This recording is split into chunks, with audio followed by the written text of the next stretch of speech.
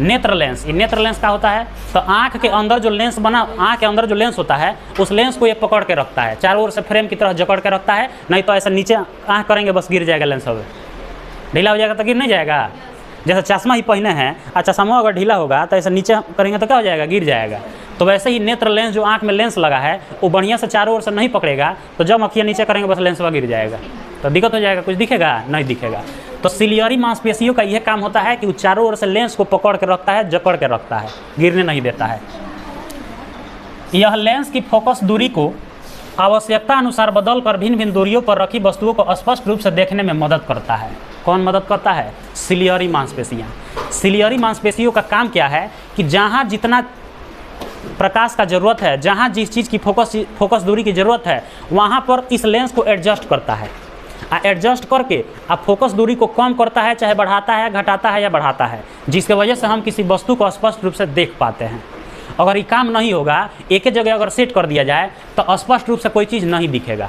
जैसे देखे होगे कि फिल्म का जब शूटिंग होता है तो कुछ कुछ रोल ऐसे होते हैं जो कैमरा को एक जगह अस्थिर रह के तब किया जाता है, और कुछ कुछ ऐसे रोल होते हैं जिसको कैमरा को एने ओने घुमाना पड़ता है। जैसा आजकल रील बनाना होगा तो रील बनाने के लिए एक जगह कैमरा से बनाएंगे तो उतना बढ़िया नहीं बनेगा, उसको आगे पीछे ऊपर नीचे जूम करेंगे, कभी आगे ले जाएंगे, कभी पीछे ले आएंगे, कभी ऊपर कभी नीचे, इधर उधर घुमाएंगे तो ज़्यादा अट्रैक्टिव लगेगा, वो ज़्यादा प्रभावित करेगा। तो वैसे ही ये एक तरह का स्प्रिंग की तरह काम करता है। अगर जहाँ बढ़ाने की ज़रूरत है तो वहाँ बढ़ा देगा, घटाने की ज़रूरत है वहाँ घटा लेगा। स्प्रिंग देखे हो, गाड़ी में स्प्रिंग लगा होता है, तो जब जहाँ पे गड्ढा आता है वहाँ पे स्प्रिंग क्या करता है, दब जाता है, और जहाँ बराबर होता है वहाँ फिर वापस चला जाता है।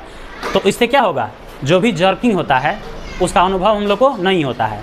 तो वैसे ही जो सिलियरी मांसपेशियाँ हैं ये लेंस को स्प्रिंग की तरह जकड़ के रखता है, जहाँ ज़रूरत पड़ता है वहाँ बढ़ता है, जहाँ ज़रूरत पड़ता है वहाँ घट जाता है, तभी हम किसी वस्तु को स्पष्ट रूप से देख पाते हैं। अगर ये कमवा न होगा, एक ही जगह अस्थिर रहेगा तो फिर उतना बढ़िया से फोकस नहीं कर पाएगा, और हम लोग को किसी साइड वाला चीज़ को देखना होगा तो उधर पूरा मुँह ऐसे घुमाना पड़ेगा, इधर का देखना होगा तो पूरा ऐसे घुमाना पड़ेगा, नीचे देखना होगा तो सामने ऐसे मुँह है तो नीचे नहीं दिखेगा, पूरा मुँह नीचे करना पड़ेगा। जब फिक्स हो जाएगा तो ऐसे नहीं होगा। जैसे मान लो हम अभी कैमरा फिक्स कर दिए हैं, तो अगर इस साइड का कोई चीज़ दिखाना होगा तो कैमरा को घुमाएंगे तब ना दिखेगा। उसके पास सिलियरी पेशी थोड़ी है कि घूम के लम के इधर हो जाएगा, ऐसा तो कोनो व्यवस्था नहीं है।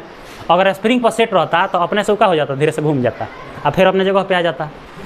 तो सिलियरी पेशी जो है ये लेंस को एडजस्ट करने का काम करता है, ज़रूरत पड़ने पर बढ़ जाता है, ज़रूरत पड़ने पर घट जाता है।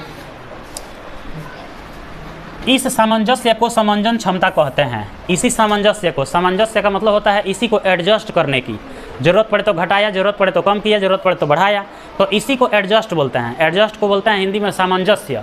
तो लेंस को इसी तरह से सामंजस्य करने की क्षमता क्या कहलाती है, नेत्र की समंजन क्षमता।